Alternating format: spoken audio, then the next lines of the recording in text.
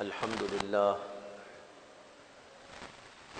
للہ رب العالمین والصلاة والسلام علی سید الانبیاء واشرف المرسلین وعلی آلہ وصحبہ اجمعین ومن تبعہم بإحسان فی کل زمان ومکان الی یوم الدین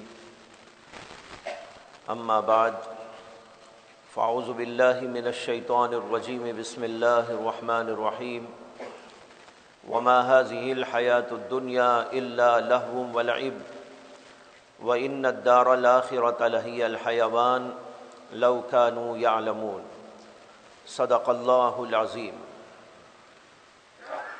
بزرگان محترم، ایک آیت کریمہ آپ حضرات کے سامنے پڑھی گئی ہے۔ آیت کریمہ کا ترجمہ یہ ہے کہ اللہ تعالیٰ نے فرمایا یہ دنیا کی زندگی محض ایک کھیل تماشا ہے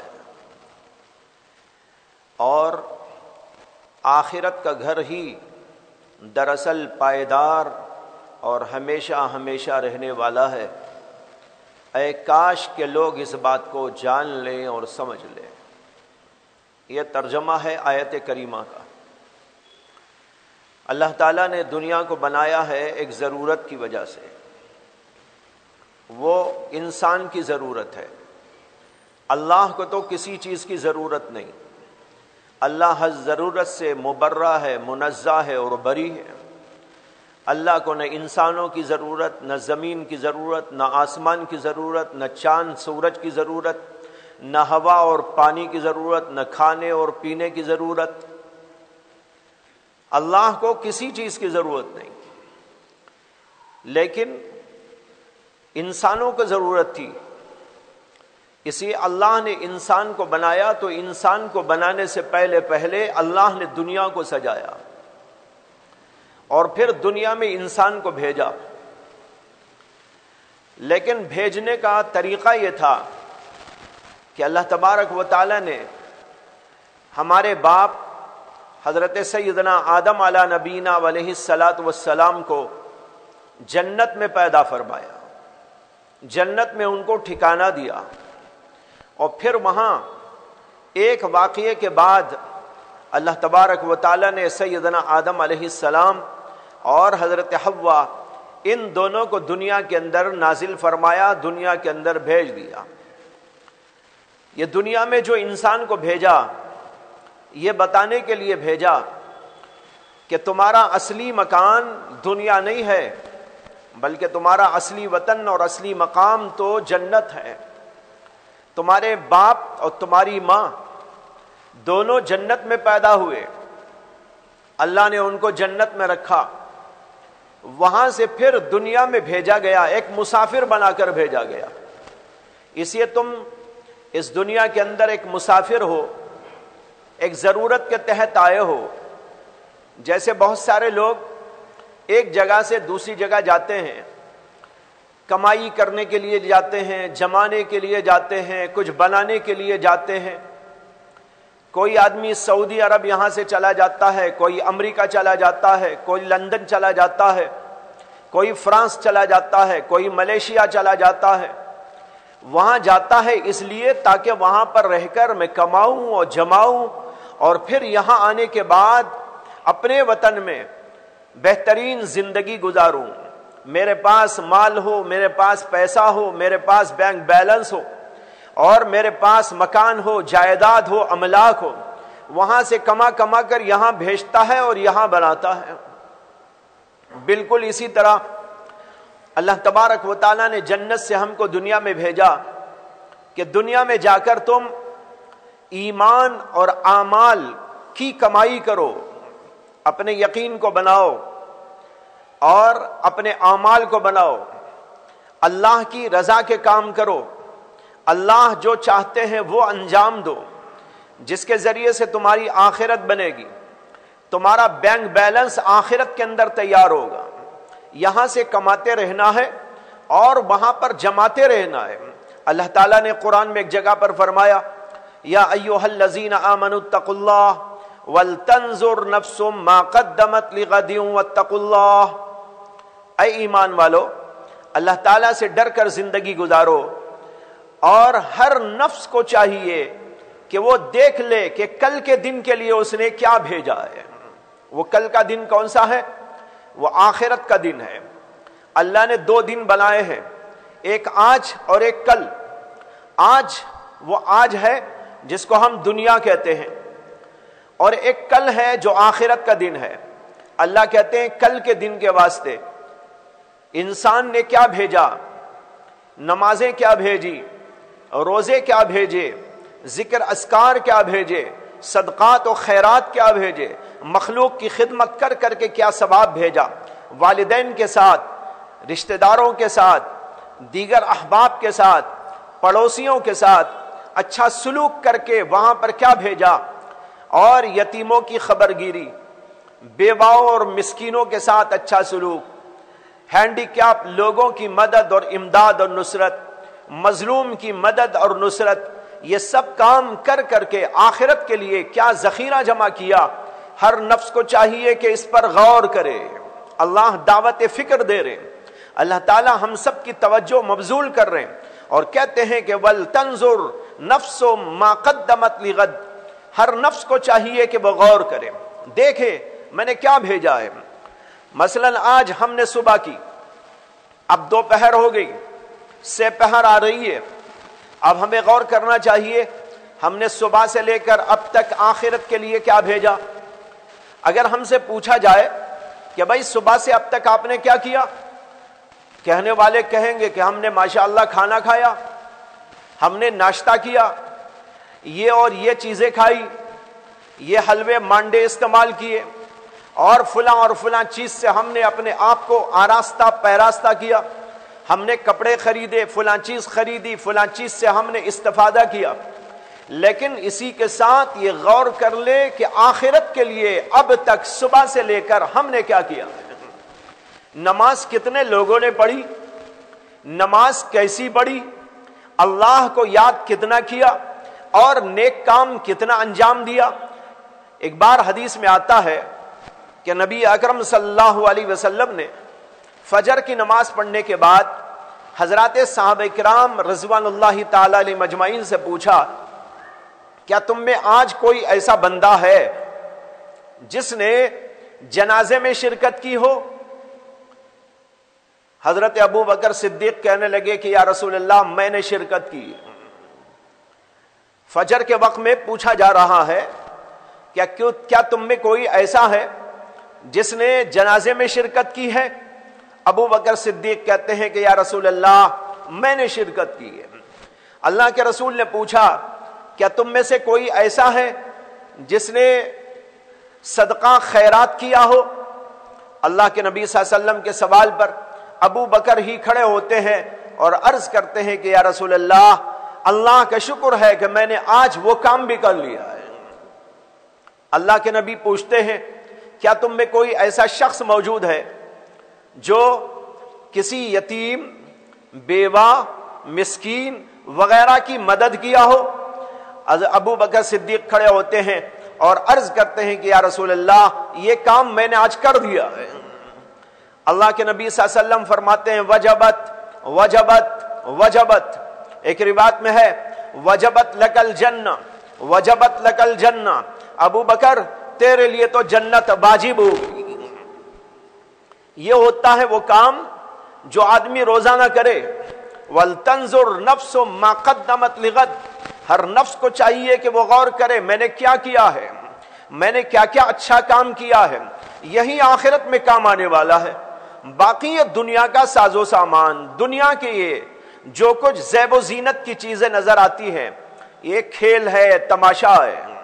اس کی مثال ایسی ہے جیسے بچے بعض وقت کچھ چیزیں بنا لیتے ہیں، بنے بنائی چیزیں بھی بہت مل جاتی ہیں، بچوں کے لیے کھلونے مل جاتے ہیں، وہ اسے رکھ کر پھر کچھ الگ الگ پارٹس ہوتے ہیں ان کو جمع کے کوئی مکان جیسا بنا دیتا ہے، کوئی ٹرین جیسا بنا دیتا ہے، اور کوئی کچھ اور بنا دیتا ہے، الگ الگ پارٹس کو جوڑتا ہے اور وہ مکان جیسا نظر آتا ہے۔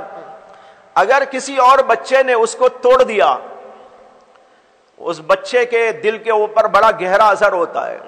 وہ رونے لگتا ہے، وہ کہتا ہے کہ میرے بھیا نے میرا مکان توڑ دیا۔ وہ روتا ہے، پلاتا ہے، گھر سر پہ اٹھا لیتا ہے، ماں باپ کو پریشان کر دیتا ہے، اس لیے پریشان کرتا ہے کہ اس کا گھر ٹوٹ گیا۔ لیکن وہ ماں باپ جو بچے سے بڑا پیار کرتے ہیں اس کے اوپر ہنستے ہیں اور کہتے ہیں کہ بھئی یہ بھی کوئی مکان ہے۔ بچے کے دل کی تسلی کو تو کہہ دیا کرتے ہیں، لیکن بچے کے ان ماں باپ کے دل میں یہ ہوتا ہے کہ بچہ بڑا بے وقوف ہے، ابھی اس کی عقل ٹھیک نہیں ہوئی ہے، ابھی بچپن اس کے اندر موجود ہے، اس بچپن کی وجہ سے اس مکان کو جو توڑ جوڑ کے بنایا اسے اتنا بڑا سمجھ رہا ہے کہ اس کے اوپر رونا آ رہا ہے، لیکن ماں باپ کو اس پہ رونا نہیں آتا۔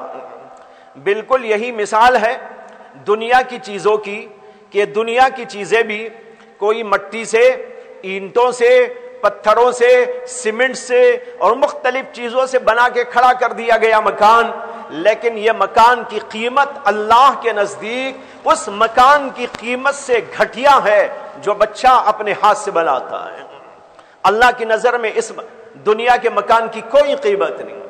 اللہ نے ایک ضرورت کے لیے بھیج دیا ہے، یہاں پر رہنا ہے تو کھانا پڑے گا، کپڑے پہننے پڑیں گے، ضرورت کی چیزیں استعمال کرنی پڑیں گی، اس لیے ضرورت کے لیے سامان استعمال کرو، لیکن اسے مقصود نہ بناؤ۔ مقصود اگر اس کو بنا لیا اور یہ سمجھا کہ بس یہی کام کے لیے مجھے اللہ نے دنیا میں بھیجا ہے، کیا کام ہے میرا کام ہے روزانہ دکان پہ جانا، میرا کام ہے روزانہ کسی فیکٹری میں جانا، میرا کام ہے روزانہ کسی آفس کو جانا، میرا کام ہے کسی اور دکان مکان میں جانا اور وہاں سے کمائی کر کر کے لے کے آنا اور پھر اس کے بعد اس کے ذریعے کھا لینا اور بچوں کو کھلا لینا اور کچھ پڑھا لینا اور کچھ دنیا کے کام کر لینا، اور بس روزانہ کا یہی معمول و شیڈول ہے کہ بس جناب کمائی کرو، لے آؤ اور کھاؤ اور پھر سو جاؤ اور پھر اس کے بعد دوسرے دن یہی ہے۔ اگر یہی انسان سمجھ رہا ہے تو بھائیو، تمام پیغمبر دنیا میں جتنے بھی آئے وہ سب کے سب اسی لیے آئے کہ دنیا والوں کی اس فکر اور دنیا والوں کے اس نظریے کو باطل قرار دیں اور کہیں کہ نہیں، اس کے لیے تم نہیں آئے ہو، تم دنیا کمانے کے لیے نہیں آئے ہو، تم دنیا جمانے کے لیے نہیں آئے ہو۔ حدیث میں آتا ہے نبی اکرم صلی اللہ علیہ وسلم ایک بار تشریف لے جا رہے تھے، صحابہ کرام ساتھ میں موجود تھے، چلتے چلتے مدینے کے ایک بازار سے گزر ہوا، وہاں پر ایک کوڑی دان تھا، یعنی جہاں کچرا وچرا ڈال دیتے ہیں اسے کہتے ہیں کوڑی دان۔ وہاں پر کوڑی دان پر اللہ کے نبی علیہ الصلوۃ والسلام نے دیکھا کہ ایک بکری کا بچہ مرا ہوا پڑا ہے اور اس کے کان بالکل نہیں ہے یا بالکل چھوٹے چھوٹے سے کان، اور مر کے پڑا ہوا ہے، کسی نے لا کے ڈال دیا۔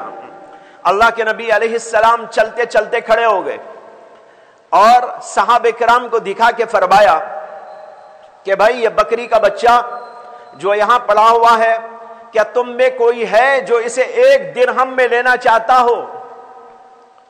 صحابہ کرام نے عرض کیا کہ یا رسول اللہ، ہم تو اسے فری میں بھی لینا نہیں چاہتے، 1 درہم تو بڑی بات ہے، 1 درہم تو بہرحال درہم ہے، بہت سارے کام اس سے ہوتے ہیں، لیکن یہ بکری کا مرا ہوا بچہ ہم کیوں لے لیں؟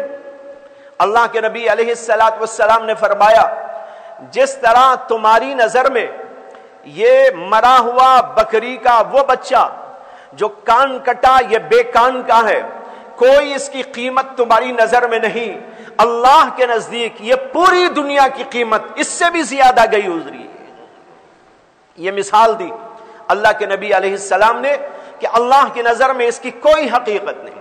ایک حدیث میں آتا ہے کہ نبی اکرم صلی اللہ علیہ وسلم نے فرمایا کہ اگر اللہ کی نظر میں یہ دنیا ایک مچھر کے پر کے برابر بھی حیثیت رکھتی تو اللہ کسی کافر کو 1 گھونٹ پانی بھی نہ دیتے، یعنی اللہ کی نظر میں اس کی حیثیت مچھر کے پر کے برابر بھی نہیں۔ کہتے ہیں کہ جب انسان سب سے پہلے چاند پہ گیا تھا، 2-3 گئے تھے نا سب سے پہلے، جب سب سے پہلے چاند پہ لوگ پہنچے تو ایک آدمی کا تو وہی انتقال ہو گیا، اور دوسرے 2 آدمی تو دنیا میں آئے، واپس آئے، ان میں سے ایک آدمی دنیا میں آ کر اس کا دماغ خراب ہو گیا، اور تیسرا آدمی وہ ٹھیک ٹھاک تھا۔ اس نے کہا کہ جب ہم لوگ وہاں پر گئے چاند پر، تو چاند سے ہم کو دنیا ایسی ہی نظر آنے لگی جیسے کہ دنیا میں کھڑے ہونے سے چاند نظر آتا ہے۔ دنیا میں کھڑے ہونے سے چاند کتنا چھوٹا نظر آتا ہے، اسی طریقے پر چاند میں جانے کے بعد یہ دنیا اسی طرح چھوٹی نظر آئی۔ ایک بزرگ نے اس کو ذکر کرتے ہوئے فرمایا کہ اس نے تو چاند پر جا کر دنیا کو دیکھا تو اس کو یہ ایک گیند کی طرح نظر آئی۔ اس نے کہا تھا گیند کی طرح ہے، گیند معلوم نا جس سے بچے کھیلتے ہیں، تو اس نے کہا کہ گیند کی طرح نظر آئی۔ ان بزرگ نے کہا کہ جب وہ چاند پہ گیا تو وہاں سے دنیا اس کو نظر آئی کتنی؟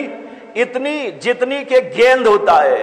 اور ہمارے نبی علیہ الصلوۃ والسلام تو اس سے بھی بہت اوپر تشریف لے گئے، آسمانوں پہ تشریف لے گئے، آسمانوں سے اوپر تشریف لے گئے، اللہ کے عرش کے پاس تشریف لے گئے۔ وہاں سے اللہ کے نبی نے اس دنیا کو دیکھا تو اللہ کے نبی نے اسے مچھر کے پر کے برابر سمجھا، اور فرمایا کہ یہ دنیا مچھر کے پر کے برابر بھی کوئی حیثیت اللہ کی نگاہ میں نہیں رکھتی۔ اگر اتنی حیثیت بھی ہوتی اللہ کی نگاہ میں تو اللہ تبارک و تعالیٰ کسی کافر کو ایک گھونٹ پانی بھی نہیں دیتا۔ لیکن اللہ کافروں کو کتنا دے رہے ہیں؟ کھانا دے رہے ہیں، پینے کو دے رہے ہیں، سونا چاندی دے رہے ہیں، بے شمار نعمتیں دے رہے ہیں۔ معلوم ہوا کہ اللہ کے نزدیک اس کی کوئی حیثیت نہیں۔ اللہ کافروں کو بھی دے رہا ہے۔ جو کافر اللہ کو نہیں مانتا، جو کافر اللہ تبارک و تعالیٰ کی قدرت کو نہیں مانتا، اس کی حکمت کو نہیں مانتا، اس کی جلالت کو نہیں مانتا، وہ اللہ ان کافروں کو بھی کھلا پلا رہا ہے۔ اس لیے کہ بے حقیقت چیز ہے۔ اس کو ایسا سمجھے آپ جیسے ایک آدمی اپنے گھر میں سے وہ چیزیں جو بڑی بھاری ہوتی ہیں، جس کو انسان بہت اچھی سمجھتا ہے، اسے دینا چاہتا ہے تو کسے دیتا ہے؟ اپنے خاص رشتہ دار کو دے گا، یا خاص دوست کو دے گا، یا اپنے کسی استاد کو دے گا، یا اپنے کسی پیر کو دے گا، اس لیے کہ وہ بہت مخصوص چیز ہے، مخصوص چیز مخصوص لوگوں کو دی جاتی ہے۔ لیکن گھر میں اگر سالن خراب ہو گیا، کھانا خراب ہو گیا، روٹیاں خراب ہو گئی، یہ کسے دے گا؟ یہ دے گا کسی اور کو، رشتہ دار کو تو نہیں دے گا، دوستوں کو تو نہیں کھلائے گا۔ کوئی مہمان گھر میں تشریف لائے ہیں تو ان کے سامنے تو یہ ڈش نہیں پیش کر دے گا جس کے اندر سڑی بو آ رہی ہے، ظاہر بات ہے ان کو نہیں کھلائے گا، یہ کتوں کو کھانے کے لیے دے دے گا، باہر ڈال دے گا کہ کتے کھا لیں، بلیاں کھا لیں، اس لیے کہ ہمارے نزدیک اس کی کوئی حیثیت نہیں، اس لیے اس کو باہر ڈال دیا۔ بالکل اسی طریقے پر اللہ کی نگاہ میں یہ پوری کے پوری دنیا ایک بے حقیقت ایسی ہے جیسے کہ سڑی ہوئی چیزیں ہوتی ہیں۔ اللہ کہتے ہیں یہ کافروں کو دے دو، کھا لے۔ اسی لیے اللہ مومنوں کو کم دیتا ہے، کافروں کو زیادہ دیتا ہے۔ کافروں میں کیسے کیسے کافر پیدا ہوئے، فرعون جیسا کافر پیدا ہوا، اسی طرح نمرود جیسا کافر پیدا ہوا، قارون جیسا کافر و بدبخت پیدا ہوا۔ اتنا مال اللہ نے ان کو دیا، اتنا مال دیا جس کی کوئی حیثیت نہیں، جس کی جو ہے کوئی مقدار نہیں، بے پناہ اللہ نے دولت دے دی۔ اس لیے دے دی کہ اللہ کی نگاہ میں اس کی کوئی حیثیت نہیں۔ مومنوں کو تو بقدر ضرورت اللہ دیتے ہیں تاکہ وہ دنیا میں رہے، کھائے اور پیے، اور اس کے ساتھ اپنی آخرت کو بنانے کی فکر کرے۔ اور دنیا والے ان کو اللہ دنیا دے دیتے ہیں، یہ بے حقیقت لوگ ہیں، بے حقیقت چیز ان کو دے دو، یہ سڑی ہوئی دنیا ان سڑے ہوئے لوگوں کو دے دینا چاہیے۔ حدیث میں آتا ہے اللہ کے نبی علیہ السلام اپنے گھر میں تشریف فرما تھے، حضرت سیدنا عبداللہ بن مسعود رضی اللہ عنہ اللہ کے نبی صلی اللہ علیہ وسلم کے خدمت میں گئے، ملاقات کرنے کے لیے گئے، دیکھا تو آپ کے گھر کے اندر کچھ موجود نہیں، ایک بستر ہے اور وہ بھی کھجور کی چھال کا بستر۔ اللہ کے نبی علیہ السلام گرمی کی وجہ سے اپنے اوپر والے حصے کا جو کپڑا تھا وہ اتار دیا تھا اور بستر پہ آپ لیٹے ہوئے تھے. عبداللہ بن مسعود گئے تو اللہ کے نبی اٹھ کے بیٹھ گئے.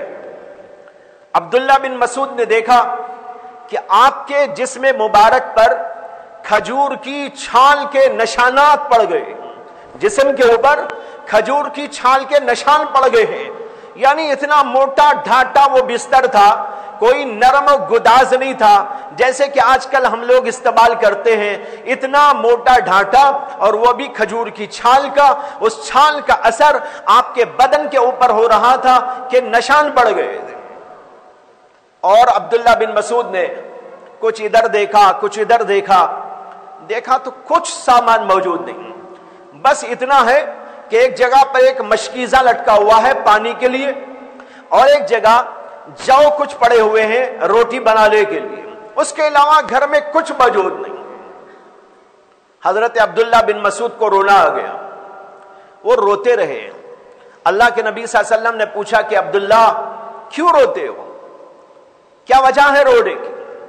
انہوں نے عرض کیا کہ یا رسول اللہ اس لیے رو رہا ہوں کہ آپ دونوں جہاں کے سردار ہیں, آپ اتنے بڑے مقام والے ہیں, لیکن آپ کے گھر کا یہ حال ہے کہ یہاں کوئی چیز موجود نہیں. آپ کا بستر ہے تو ایسا کہ چھال والا, اور وہ چھال کے نشانات آپ کے جسم مبارک پر پڑ رہے. کھانے پینے کا کوئی سامان موجود نہیں. اور دوسری طرف ہم دیکھ رہے ہیں ان دنیا کے کتوں کو جن کے پاس مال و دولت کے انبار ہیں. قیصر اور کسرا اپنے درباروں کے اندر اربوں خربوں کی دولت رچائے بیٹھے ہوئے ہیں, اور دوسری طرف آپ کا یہ حال ہے. میں یہ دیکھ کر رو رہا ہوں. اللہ کے نبی علیہ الصلوۃ والسلام نے حضرت عبداللہ بن مسعود کو تسلی دیتے ہوئے فرمایا کہ عبداللہ یہ سوچو, کیا ان دنیا کے کتوں کو دنیا نہ دے دی جائے اور ہمارے لیے آخرت ہو؟ کیا تم کو پسند نہیں ہے؟ انہوں نے کہا یا رسول اللہ بے شک. تو یہ سب واقعات بتا رہے ہیں کہ اللہ کی نظر میں, رسول اللہ صلی اللہ علیہ وسلم کی نظر میں یہ دنیا ایک بے وقات اور بے حیثیت ہے. اللہ نے ضرورت کے تحت میں ہم کو بھیجا ہے. اسی لیے اللہ کے نبی نے حکم دیا کن فی الدنیا کأنک غریب او عابر سبیل. تم دنیا میں اس طرح رہو جیسے کہ کوئی مسافر ہوتا ہے, یا ایسا رہو جیسے کہ کوئی رہگزر چلنے والا ہوتا ہے. وہ ٹھہرتا ہی نہیں, یہاں سے وہاں وہاں سے وہاں گزرتا جا رہا ہے. جیسے ضرورت کا کچھ روپیہ پیسہ, ضرورت کا کچھ سامان اپنے ہاتھ میں پکڑ کے لے کے چلتا رہتا ہے, اس سے زیادہ وہ نہیں رکھتا. اسی طرح تم کو بھی دنیا میں اس طرح رہنا چاہیے جیسے کہ کوئی رہگزر ہوتا ہے یا کوئی مسافر ہوتا ہے. دنیا کو مقصود بنانا یہ مومن کی شان نہیں ہے. مومن دنیا میں ایک ضرورت کے تحت آیا, اور وہ ضرورت کیا ہے؟ اپنے ایمان کو, اعمال کو بنانا. یہاں رہتے ہوئے اپنے ایمان کو بنانا ہے, اپنے اعمال کو بنانا ہے, اللہ کی رضا کے کام کرتے رہنا ہے. ضرورت کے لیے کھاؤ, ضرورت کے لیے پیو, ضرورت کے لیے مکان بناؤ, ضرورت کے لیے ضروری سامان اپنے ساتھ میں رکھو. سہولت کا سامان بھی رکھ سکتے ہو. علماء نے ایک بات اچھی بات کہی. انہوں نے کہا جو چیزیں ہم استعمال کرتے ہیں اس کے چار درجے. دنیا کو جو ہم استعمال کرتے ہیں اس کے 4 درجے ہیں. پہلا درجہ ہے رہائش کا, دوسرا درجہ ہے آسائش کا, اور تیسرا درجہ ہے پہلا درجہ ہے رہائش کا, دوسرا درجہ ہے آسائش کا, اور تیسرا درجہ زیبائش کا, اور چوتھا درجہ ہے نمود کا. کیا مطلب اس کا؟ رہائش کا مطلب ہے ضروریات, کھانے کی ضرورت, پینے کی ضرورت, مکان کی ضرورت, کپڑوں کی ضرورت, دوا کی ضرورت, اور بہت سارے ساز و سامان کی ضرورت. کھانا پکانا ہے تو کھانے پکانے کی چیزوں کی ضرورت. یہ سب ضرورت کا سامان ہے. یہ انسان کی رہائش یعنی انسان کے زندہ رہنے کے لیے ضروری ہے. یہ درجہ واجب ہے. یعنی دنیا اس قدر حاصل کرنا کہ خود زندہ رہے اپنے بچے زندہ رہیں، وہ کھائیں اور پیے، ضرورت کے سامان وہ خرید سکے، ضرورت کے سامان کو لے کر دنیا کی زندگی کرتے رہیں، اتنا درجہ حاصل کرنا یہ فرض ہے، واجب ہے۔ اگر کوئی آدمی ہتھا کٹا موجود کماتا نہیں، شریعت اسے گنہگار قرار دیتی ہے۔ شریعت کہتی ہے نہیں، جاؤ کماؤ، تم کو اللہ نے ہاتھ پیر دیے، تمہیں اللہ نے عقل دی، تمہیں اللہ نے تجربہ دیا، تمہیں اللہ نے قوت و طاقت دی، گھر میں کیوں بیٹھے ہو؟ نکلو باہر کما کے لے آؤ۔ یہ اتنا درجہ تو واجب ہے۔ دوسرا درجہ ہے جو اس سے اوپر کا درجہ ہے، وہ ہے آسائش کا درجہ۔ آسائش کے معنی ہوتے ہیں سہولت۔ ایک آدمی ضرورت کی چیز استعمال کرتا ہے لیکن اس کے لیے سہولت کا بھی انتظام کر لیتا ہے، یہ بھی جائز ہے، بلکہ بعض وقت مستحب بھی ہو جاتا ہے۔ جیسے ہم کپڑے پہنتے ہیں، کپڑے پہننے کا ایک طریقہ یہ ہے کہ ایک چادر لے کر اوپر سے نیچے تک لپٹ لے اور اپنے سطر کو چھپا لے اور گرمی اور سردی سے اپنے آپ کی حفاظت کر لے، اتنا درجہ تو فرض ہے۔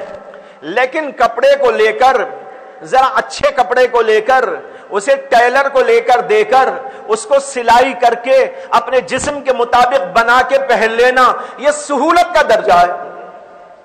اس میں ذرا آسانی ہے، لپٹ کے چلتا رہے کہیں کھل بھی سکتا ہے، اور پکڑ پکڑ کے چلتا رہے تو مشکلات پیش آ سکتی ہیں، اس سے ضرورت پوری ہوتی ہے لیکن اس سے سہولت اور آسانی پیدا ہوتی ہے، تو سہولت پیدا کر لیں، یہ بھی جائز ہے۔ اور اس سے آگے کا ایک درجہ ہے، وہ ہے زیبائش۔